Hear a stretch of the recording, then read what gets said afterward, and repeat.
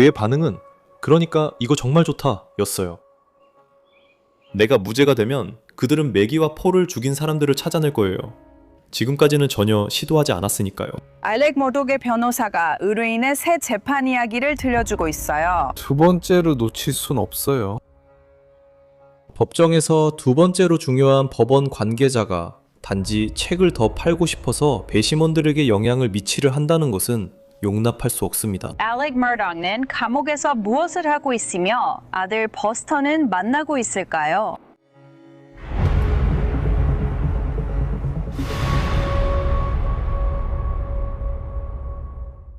저는 안젤레 레비고, 여기는 사우스캐롤라이나주 콜럼비아의 주의사당 부지에서 전해드리는 크라임픽스 특별판입니다. 딕 하프틀리어는 2021년부터 알렉 머독을 변호해 왔습니다. 그리고 그는 계속 변호를 맡을 거라고 말했습니다. 그는 두 번째 재판에서도 알렉 머독을 변호할 것이고 그의 모든 팀도 함께할 것입니다. 그는 팀을 다시 꾸리고 있다고 말했습니다. 그게 그의 표현입니다. 여러분도 기억하시겠지만 알렉 머독은 2023년에 6주간의 재판과 3시간의 평의 끝에 신속하게 유죄 판결을 받았습니다. 그는 2021년 6월 가족의 모젤 헌팅 에스테이트에서 자신의 아내 매기와 아들 폴을 잔혹하게 살해한 혐의로 유죄 판결을 받았습니다. 알렉 머독은 고객들에게서 수백만 달러를 훔친 건 인정했지만 살인범은 아니라고 주장했습니다. 2021년 6월 7일 당신은 이 총이나 이와 비슷한 총을 가지고 모젤 로드 근처 당신의 부지에 있는 사료실에서 아들 폴의 가슴을 쏘았습니까? 아니요, 저는 그렇게 하지 않았습니다. 머독 씨, 당신은 이 총이나 이와 비슷한 총을 가지고 6월 7일이나 그 어떤 날, 어떤 시간에 아들의 머리를 쏴서 죽였습니까? 아니요, 저는 그렇게 하지 않았습니다. 머독은 항소하며 법원석이 베키 힐이 책을 쓰기 위해 배심원들에게 유죄 판결을 유도했다고 주장했습니다.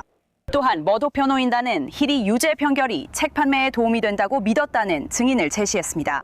알렉 머독의 첫 번째 새 재판을 받아내려는 시도는 2024년에 실패했습니다. 하지만 이제 사우스캐롤라이나주 대법원은 베키 힐이 배심원들에게 머독이나 변호인단을 믿지 말라고 말함으로써 알렉 머독의 권리가 침해되었다고 만장일치로 판결했습니다. 법원은 또한 머독의 재정범죄에 관한 너무 많은 정보가 살인 동기를 보여주기 위해 증거로 허용되었다고 밝혔습니다. 그래서 머독은 그 재정범죄로 27년형을 복역하고 있음에도 불구하고 매기와 폴 살인 사건에 대해 두 번째 재판을 받게 되었습니다. 이 사건은 다시 원점으로 갑니다. 법무장관은 알렉 머독을 신속하게 다시 재판하겠다고 다짐했습니다. 저는 여기 알렉 머독의 변호인 중 한 명인 딕 하프틀리언과 함께 있습니다. 실제로 그 결정이 나왔을 때 바로 그와 이야기를 나눴습니다. 아주 짧은 대화였지만요. 딕, 저와 이야기해 주셔서 정말 감사합니다. 오늘 하루가 길었을 텐데요. 전화를 했더니 딕 씨가 알렉과 통화 중이라 받을 수 없다고 하셨어요. 그리고 많은 전화를 받으셨겠지만 알렉 머독에게 새 재판을 받게 되었다는 소식을 전할 때 어떤 기분이었나요? 그 부분에 대해서는 맥락을 이해하셔야 할 것 같습니다. 알렉은 처음부터 이 사건이 절대 뒤집히지 않을 거라고 분명히 생각해왔습니다. 그는 이 일에 대해 매우 비관적이었습니다. 그는 나는 어떤 일에서도 판사가 내 편을 들어준 적이 한 번도 없다고 말했습니다. 우리가 대법원에서 변론한 뒤 짐과 제가 그와 통화하자 그는 어땠어? 라고 물었고 우리는 아주 잘 됐어 라고 답했습니다. 그러니까 대법관들이 우리에게 정말 적절한 질문을 했어요. 그리고 더 중요한 건 크레이튼 워터스와 검찰팀에게 질문을 했는데 그들은 전혀 대답을 하지 못했습니다. 그래서 우리는 승산이 정말 높다고 느꼈습니다. 그래서 판결이 나왔고 우리는 그에게 전화를 걸었더니 그가 말하길 있잖아. 그게 뒤집혔다고 들었어. 그리고 그는 우리에게 말했으래. 나에게 말했으래. 그는 이렇게 말했어. 나 믿을 수 없어. 그럴 수 없어. 그래서 그 판결문이 나왔을 때 우리는 어제 그와 얘기했어. 그가 말했어. 나는 그 판결문을 읽었어. 네가 하는 말도 들었어. 그래도 난 아직도 믿을 수 없어. 내가 물었지. 그게 무슨 뜻이야? 그가 말했어. 뭔가 이상해. 그는 딱 집어 말할 순 없지만 내가 이 일에 너무 비관적이었다고 했어. 내가 원하는 판결이 한 번도 없었어. 그들이 우리 편을 들 거라 믿기 어려워. 그래도 사우스캐롤라이나에서는 법치주의가 잘 지켜지고 있어. 이 대법관들은 그걸 보고 이렇게 말했어. 그 법정에서 두 번째로 중요한 그 법정에서 두 번째로 중요한 법원 관계자를 영향을 주려고 하다. 배심원단에게 영향을 주려고 했어요. 왜냐하면 그녀는 책을 쓰고 있고 더 많은 책을 팔고 싶어 했기 때문이죠. 그리고 그녀는 그걸 여러 사람에게 분명히 말했습니다. 그리고 판사와 재판관들은 금융범죄에 대한 증언에 대해 이야기했고 재심에서는 그런 일이 다시 일어나지 않아야 한다고 밝혔습니다. 그 정도로, 아니면 아예 그런 일이 없도록, 그러니까 그들은 판사에게 동기 입증을 위해 쓰는 이른바 404 범죄 증거를 받아들이는 엄격한 기준에 따라 매우 신중하게 검토하라고 촉구했습니다. 우리는 그와 사건을 이야기하며 한 페이지씩 검토하고 쟁점을 논의했지만 그는 여전히 믿지 않는다고 했습니다. 그러니까 그는 단지 악명과 그가 유죄라는 일반적인 인식 때문에 자신이 다시 재판을 받을 수 없을 거라고 믿는 겁니다. 그리고 물론 저는 그에게 설명했습니다. 법에 따라 이 대법관들은 당신이 연쇄 살인범이든 아동 성추행범이든 아니면 그 어떤 최악의 범죄자이든 새로운 재판을 받을 권리가 있다고요. 법이 요구하고 헌법이 새로운 재판을 받을 것을 요구합니다. 그리고 다시 한번 저는 우리 대법원을 자랑스럽게 생각합니다. 왜냐하면 법의 지배가 만장일치로 관철되었기 때문입니다. 그럼 그가 결국에는 이게 사실이라는 걸 깨달았나요? 그는 읽었다고 했지만 믿지 않았잖아요. 충격이 가셨나요? 네, 가셨습니다. 그는 아직도 이 의미를 이해하려 애쓰고 있습니다. 이제 아시다시피 그는 금융범죄로 충분히 중형을 받아 평생 감옥에 있을 수 있습니다. 설령 출소해도 매우 고령일 겁니다. 출소 문제가 아닙니다. 이건 그가 감옥에서 나오는 것과는 전혀 관련이 없었습니다. 하지만 그는 매기와 폴을 죽이지 않았다고 계속 주장했습니다. 그는 진짜 범인이 잡히길 원하고 있습니다. 그리고 그가 생각하기에 자신이 무죄 판결을 받기 전까지는 그 사람들에게 집중해서 수사하지 않을 거라고 믿고 있습니다. 10일 이후, 어제 이후로 알렉과 이야기해 보셨나요? 우린 어제 그와 2번 얘기했어요. 우리는 뉴욕으로 날아갔어요. 지난 24시간 동안 정말 정신없는 일정이었죠. 짐과 제가 비행기를 탔습니다. 우리는 어제 아침에 잠깐 그와 이야기를 나눴고 그리고 어제 오후에 뉴욕에 도착했을 때 다시 이야기를 나눴습니다. 우리는 가능하다면 그를 만나러 갈 계획을 세우고 있습니다. 다음 주에. 충격이 가신 후에 그가 보인 반응은 어땠나요? 변호사, 의뢰인 비밀에 해당하지 않는 선에서 공유할 수 있는 부분이 있다면 말씀해 주실 수 있나요? 그의 반응은 정말 대단하다는 거였어요. 내가 무죄가 되면 그제서야 그들은 매기와 폴을 죽인 사람들을 찾으려 할 거예요. 지금껏 시도도 안 했으니까요. 그는 하루를 어떻게 보내나요? 교도소에서 다른 재소자들과 이야기하며 시간을 보내나요? 아직 분리수용 상태에 있나요? 그는 일을 하고 있어요. 네, 그는 일을 하고 있어요. 그는 보호 수용 상태에 있습니다. 그는 보호 수용 구역이 있는 시설에 있고 거기서 잘 지내고 있으며 일을 하고 있습니다. 그는 다른 수감자들로부터 법정 문제에 대한 많은 질문에 대답합니다. 그는 변호사였어요.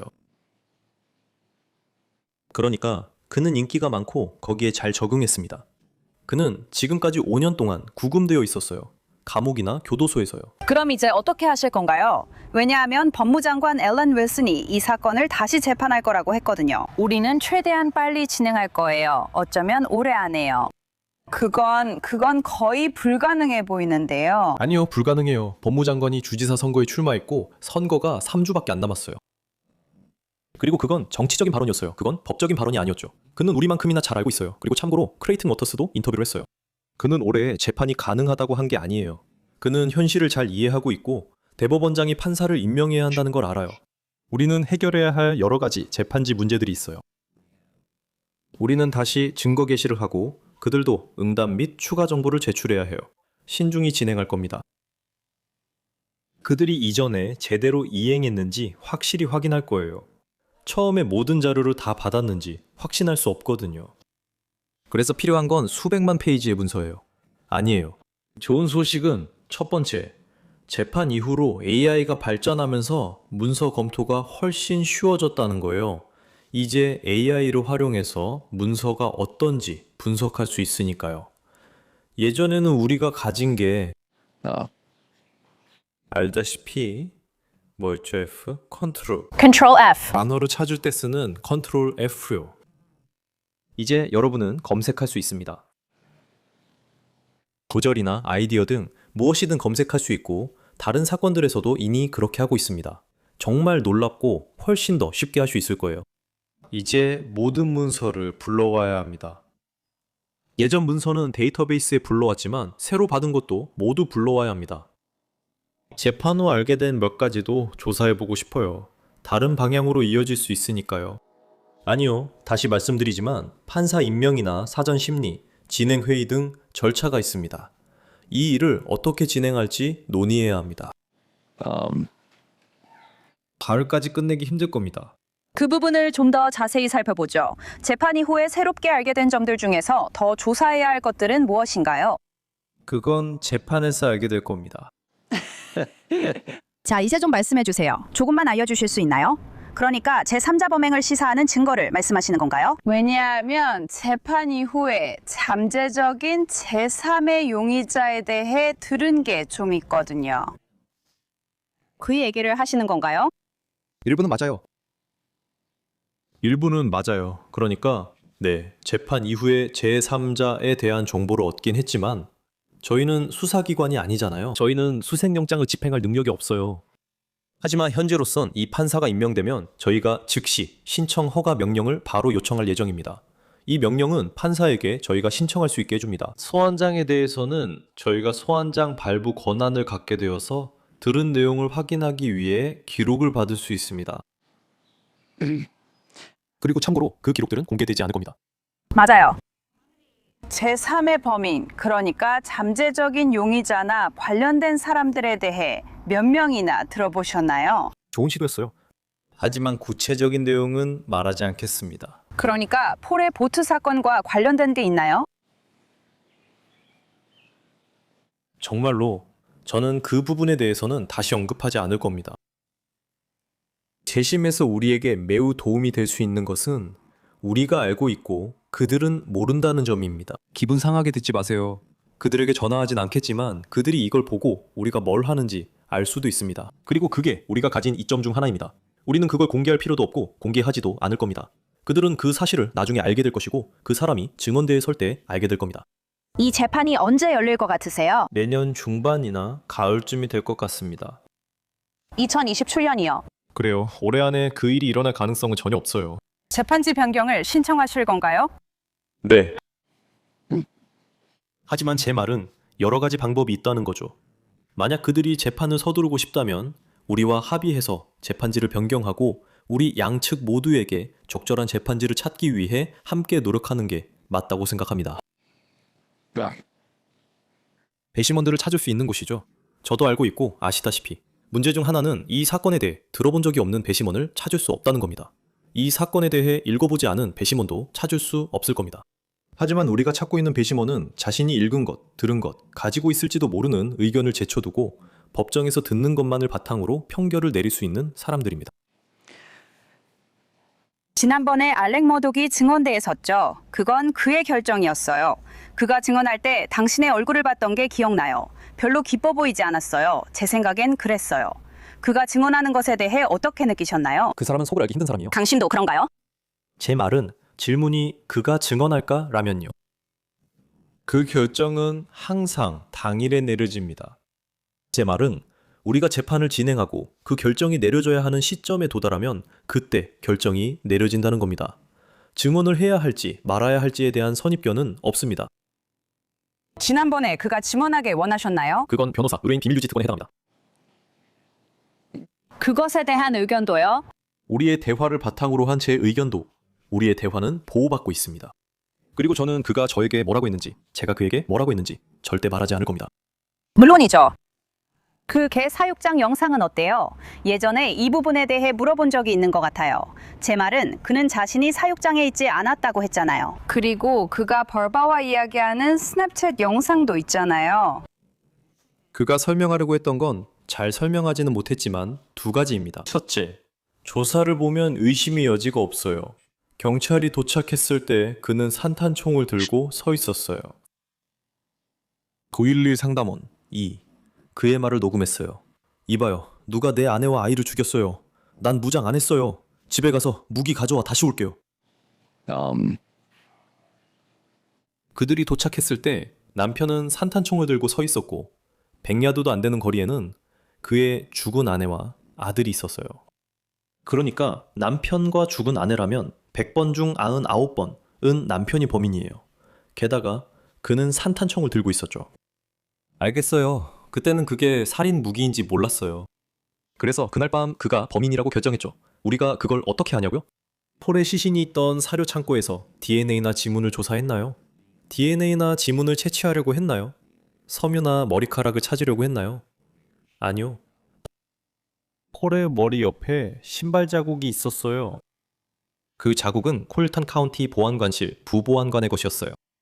그들은 범죄 현장을 훼손했고 과학 수사도 하지 않았어요. 거기에는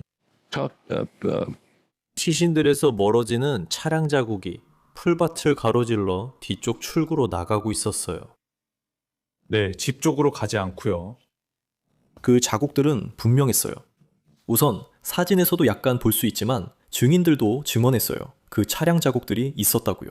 그리고 소방서장, 현장에 온 소방서장이 증언했어요. 그는 수사 책임자에게 저 자국들 보존해야 합니다 라고 말했어요. 저게 범인의 차량일 수도 있습니다. 팅이 위를 밟고 지나가 자국을 없앴어요. 그들은 증거를 파괴하고 없앴어요. 그들은 그날 밤에 굳이 할 필요가 없다고 결정해서 법의학 증거가 전혀 없어요. 그가 범인이었어요. 다른 설명이 있을 수 있나요? 우리가 TV에서 보는 것만이 전부가 아니에요. 우리가 한 남자를 증인으로 세웠어요. 범죄 현장 기본이죠. 아무도 들어오게 하면 안 돼요. 아무도 피 위를 걸어 다니게 하면 안 돼요. 폴이 살해당한 사료실에서요. 그래서 그날 밤 그가 범인이라고 확신한 거죠. 그는 그들이 자신에게 거기 내려갔었냐고 물었을 때 이렇게 생각했다고 증언했어요.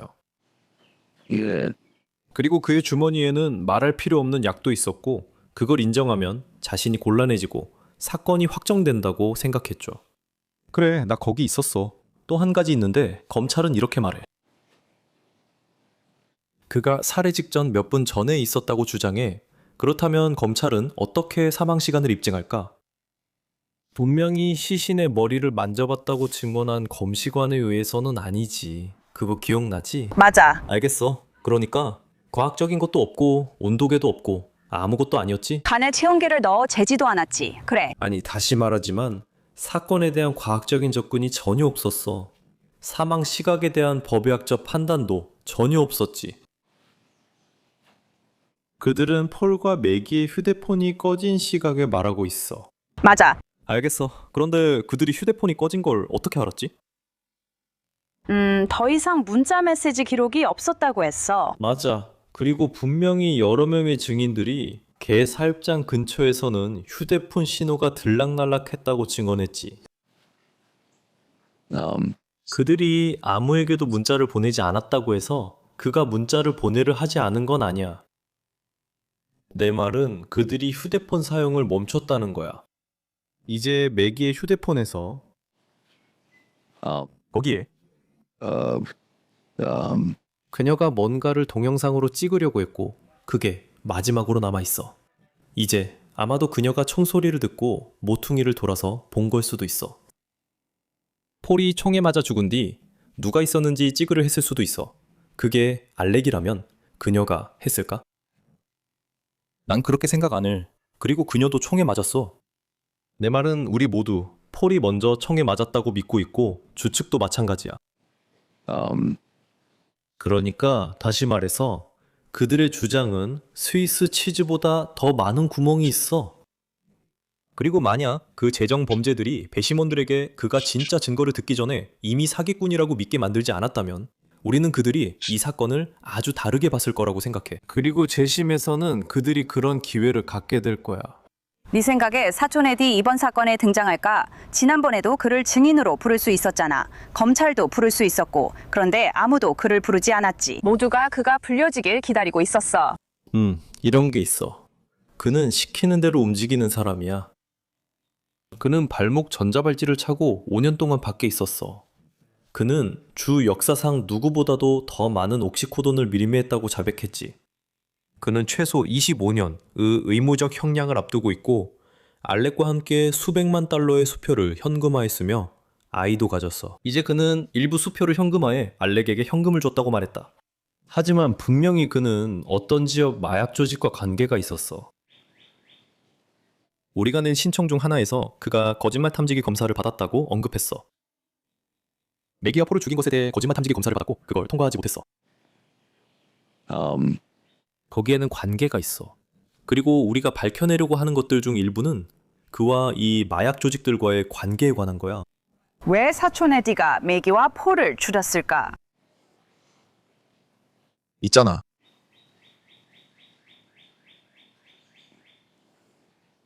말할 수 없어. 말할 수 없어. 진짜로. 말 못하는 거야? 아니면 말하기 싫은 거야? 내가 방해하고 발목을 잡게 될 거야. 지금 말하면 우리 사건에 방해가 될 거야. 크레이튼 워터스도 다른 사람들과 동시에 알아야 해. 그리고 나는 그들이 사촌 에디를 증인석에 세우길 바라고 있어. 왜냐하면 그에 대한 반대 신문이 알렉스의 무죄를 입증할 수도 있기 때문이야. 그럼 네가 그를 증인석에 세워. 문제는 네가 그를 증인석에 세우면, 그러니까 지금까지 우리는 어떤 플리딜도 제안받은 적이 없다는 거야. 그래서 나는 그를 적대적 증인이라 부르거나 반대 신문을 할 수 없어. 그는 내 증인이고 그들이 그를 반대 신문하고 유도 질문을 하게 허락하는 셈이야. 그러니까 이게 여기의 규칙이고 네가 어떤 일을 하거나 하지 않는 전술적인 이유들이 있다는 거야. 두고 보자고. 그런데 그는 사건이 끝난 지 5년이나 지났는데 왜 아직 감옥에 없는 거야? 그래, 그리고 그의 사건들은 아직도 계류 중이야. 해결되지 않았어. 맞아, 나도 디카프니언에게 폴과 매기 살인 사건의 수사 책임자에 대해 물어봤어. 슬랫 요원 데이비드 오웬은 알렉이 유죄 판결을 받은 후 은퇴했어. 그런데 2025년 여름 오웬이 수사에 참여했던 살인 사건이 판사에 의해 기각됐어. 마이클 콜루치는 2015년 아내 사라 린모아 콜루치 살해 혐의로 기소됐다. 더스테이트닷컴은 판사가 오웬이 사라가 스스로를 해쳤을 수도 있다는 정보를 제출하지 않았다고 판단했다고 보도했어.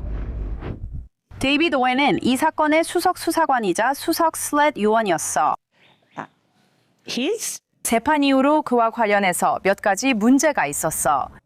그가 증거를 숨겼다는 혐의를 받은 또 다른 사건이 있었어. 이제 그게 문제가 될 거라고 보시나요? 그걸 제기할 생각이 있으신가요? 물론입니다. 기억하세요? 그가 전에 증언했을 때 이 사건의 기소 결정을 받아내려고 대배심에서 거짓말을 했다고 인정했습니다. 대배심에서 선서하고 거짓말을 했습니다. 그러니까 그는 기꺼이 거짓말을 할 수 있다는 겁니다. 문제는 그리고 이번에 새롭게 드러난 사실, 증거를 숨긴 것, 또 이 사건에서의 과학 수사는 사실상 없었습니다. 그들은 어떤 법과학적 증거도 가지고 있지 않습니다. 아니면 적어도 보세요. 그들이 땀을 분석하기 위해 6천만 달러짜리 실험실까지 지었는데도 말이죠. 왜 머리카락이나 섬유 또는 다른 어떤 것도 찾지 않았을까요? 아무것도요. 제 말은 아무도 돌아다니면서 조사하지 않았다는 겁니다. 저기 머리카락이 있네요. 가져가서 확인해 봅시다. 폴이나 다른 사람 것일 수 있어요. 모르는 사람 것이라면 DNA 데이터베이스와 대조합시다. 제 말은 이 정도 규모의 사건에서 기본적인 과학 수사조차 하지 않았다는 건 상상할 수 없는 일입니다. 이런 건 어떤 사건에서도 당연히 하는 일인데 말이죠. 그들은 그가 했다고 생각해 그날 밤 이미 결론을 내렸기에 하지 않았어요. 알렉 퍼독은 이 비용을 어떻게 내고 있는 거죠? 예전에 이런 질문을 받으셨겠지만 그는 돈이 없는 걸로 알고 있거든요. 그가 우리를 고용했을 땐 돈이 있었고 저와 짐은 좋은 보수를 받았습니다. 저희는 그 입장을 고수합니다. 이상하게 들릴 수 있지만 사람들은 변호사가 이런 일을 할 거라 생각하지 않더라고요. 그게 제 직업 때문일 수도 있지만 저희는 형사사건을 맡으면 정액 수수료를 받습니다. 그 사건은 끝날 때까지 끝난 게 아닙니다. 그럼 더 이상 돈을 못 받는 거예요? 처음에 상당한 수수료를 미리 받고 이제 그게 다인 거죠. 저는 변호사 일을 하면서 많은 돈을 벌 수 있는 축복을 받았습니다. 멋진 집이죠, 그쵸? 맞아요. 정말 아름다워요. 그리고 짐도 그래요. 저도 예전에 비슷한 사건을 겪은 적이 있어요. 재심을 위해 사건이 다시 돌아온 적이 있었어요. 그럴 때 추가로 돈을 받지 않아요. 그냥 가세요. 아직 안 끝났고 그는 당신에게 사건을 맡기려고 고용했어요. 그리고 끝내는 거죠. 그리고 다시 한번 증거를 바탕으로. 그리고 살인 사건이 일어나기 1년 전부터 알렉, 폴, 매기와 함께 지내면서 그들은 격주마다 내 사무실에 와서 폴의 보트 사건을 처리하고 있었어요. 제가 그 셋, 특히 폴과 알렉 사이에서 본 것은 알렉이 절대 그럴 수 없다는 걸 확신하게 했어요. 기억하세요. 폴을 죽인 사람은 산탄총을 그의 머리에 대고 방아쇠를 당겼습니다. 그건 처형이었어요. 매기는 땅에 쓰러져 여러 번 총에 맞았고 누군가 머리 뒤쪽에 총을 쐈어요. 2번의 처형이었습니다. 이제 그들이 화가 났거나 남자들이 아내와 아이들을 죽이는 경우가 있습니다. 항상 그런 건 아니지만 큰 싸움 등이 있었을 때 그런 일이 발생합니다. 하지만 그들의 이론은 약 75만 달러의 수수료에 관한 것으로 그 돈이 회사 계좌에 입금되지 않았다는 겁니다. 그는 예전에 2번이나 그런 일을 하다가 걸렸고 돈을 다시 돌려줬어요. 아, 단순한 행정실수였다고 했죠? 이번에도 다를 거라는 어떤 징후도 없었습니다. 전혀요. 어떤 불길한 조짐도 없었습니다. 그에게 닥친 즉각적인 위협은 없었고 특히 그날 오후 2시에는 더더욱 아니었습니다. 알렉이 폴과 매기가 살해되기 직전에 개 사육장에 있었다면 그가 이 일을 저지른 사람이 누구인지 알고 있다고 생각하시나요? 우선 이 외에는 그들이 휴대전화를 사용하지 않았다는 것뿐입니다. 그가 그들이 살해되기 직전에 그곳에 있었다는 증거는 없습니다. 그는 그곳에 있다가 어머니 집으로 가는 길이었을 수도 있습니다. 그곳에 다녀온 후 골프카트를 타고 올라가서 자신의 차에 탔습니다. 그는 잠깐 집에 들른 뒤 다시 차를 타고 어머니 집으로 갔습니다. 그가 어머니 집에 도착했을 때 신발에는 피나 뇌조직 같은 것이 전혀 묻어있지 않았습니다. 골프카트에도 피가 없었고 차 안에도 피가 없었습니다. 그리고 그들은 땀 자국을 확인했고 모든 샤워기, 모든 배수구, 찾을 수 있는 모든 옷가지들을 확인했다고 했습니다. 그날 밤 그 집 어디에서도 피 한 방울이나 인체 조직이 전혀 발견되지 않았습니다. 총도 없었습니다. 그러니까 만약 이게 즉흥적으로 일어난 일이라면 폭풍이 다가오고 있었고 어떤 증거도 남기지 않으려는 정말 잘 계획된 즉흥적인 행동이었던 거죠.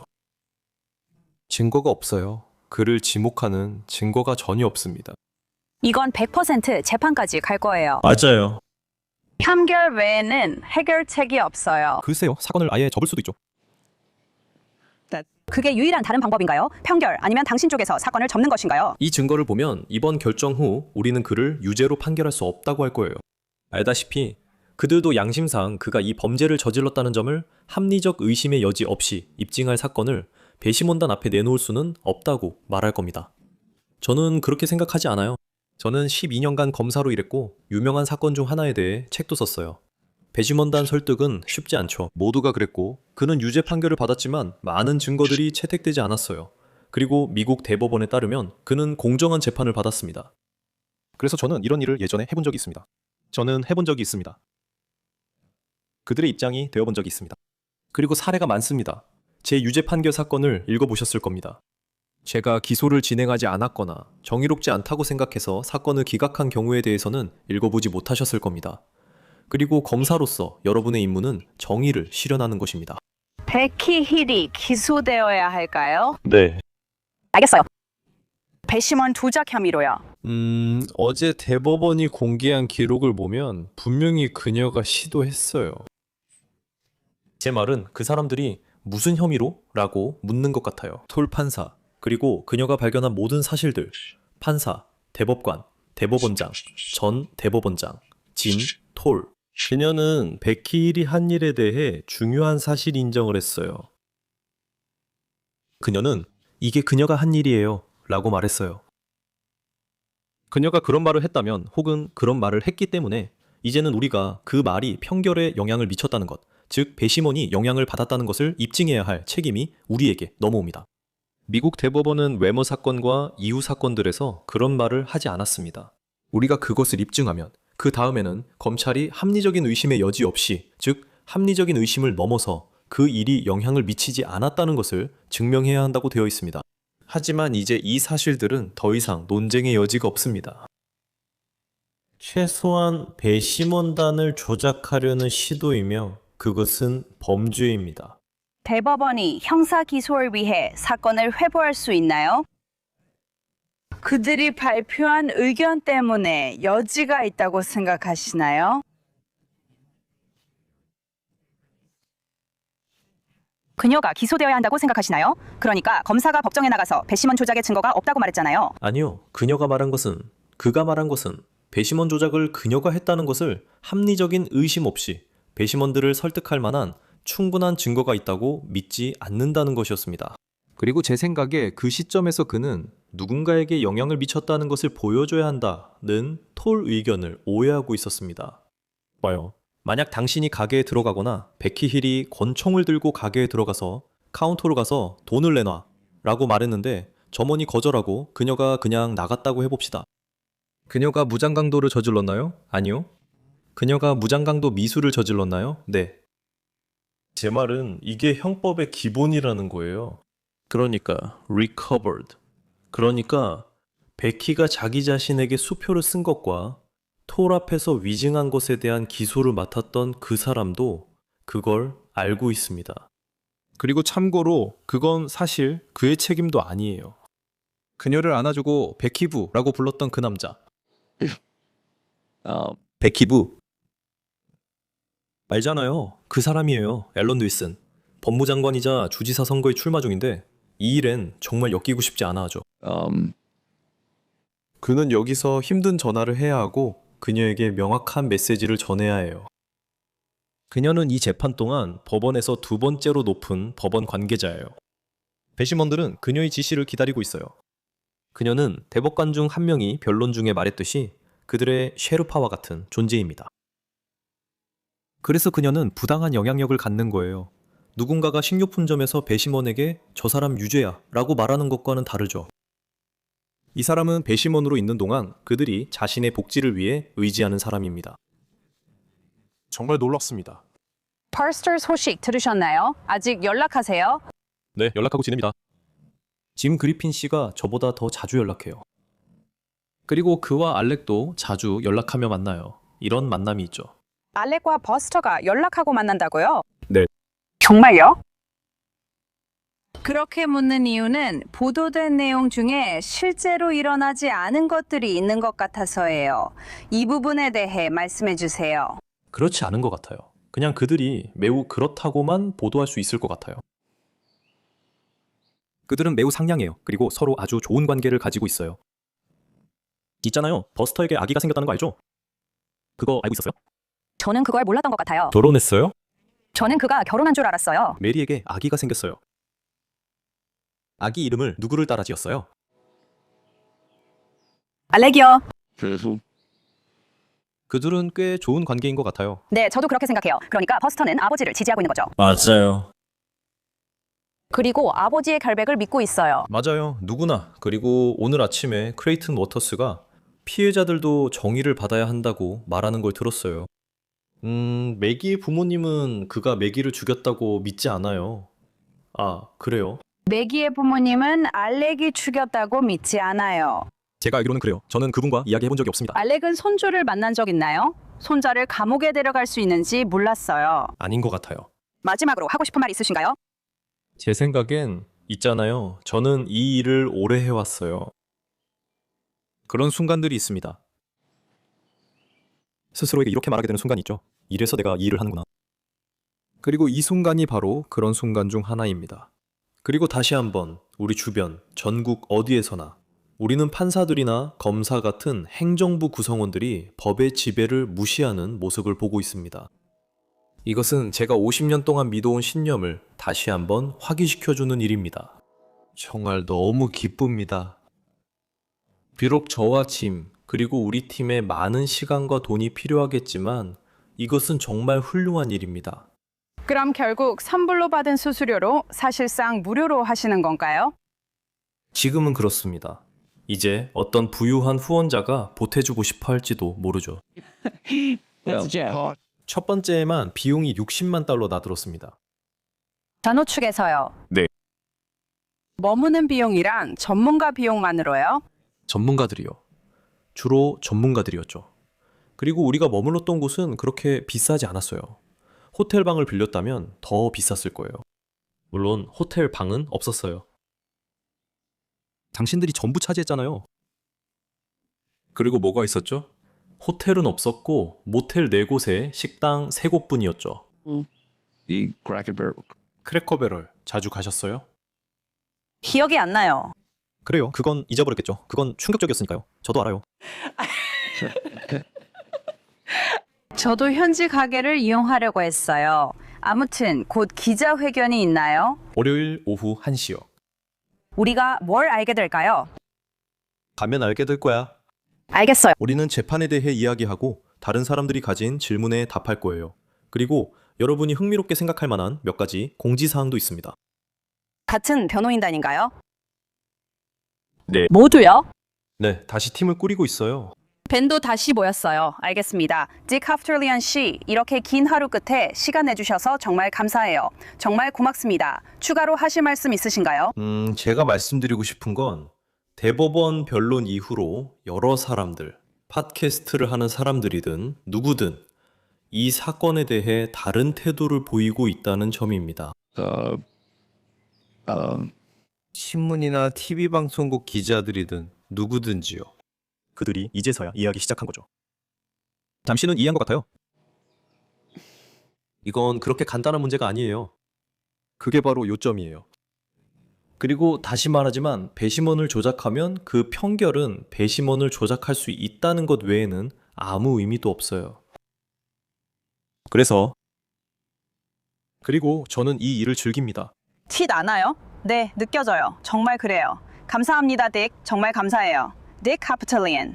와주셔서 정말 감사합니다. 네, 감사합니다. 그리고 참고로 사촌 에디 스미스는 매기와 폴의 살인 사건과는 전혀 관련이 없다고 항상 주장해 왔어요. 그리고 모독 사건에 대해 더 읽고 더 시청하고 싶으시면 런크라임 플러스에서 확인하실 수 있습니다. 저희의 새로운 앱이에요. 사우스캐롤라이나 컬럼비아에서 전해드린 크라임 픽스. 저는 안젤렛 레비였습니다. 함께 해주셔서 감사합니다. 다음에 뵙겠습니다.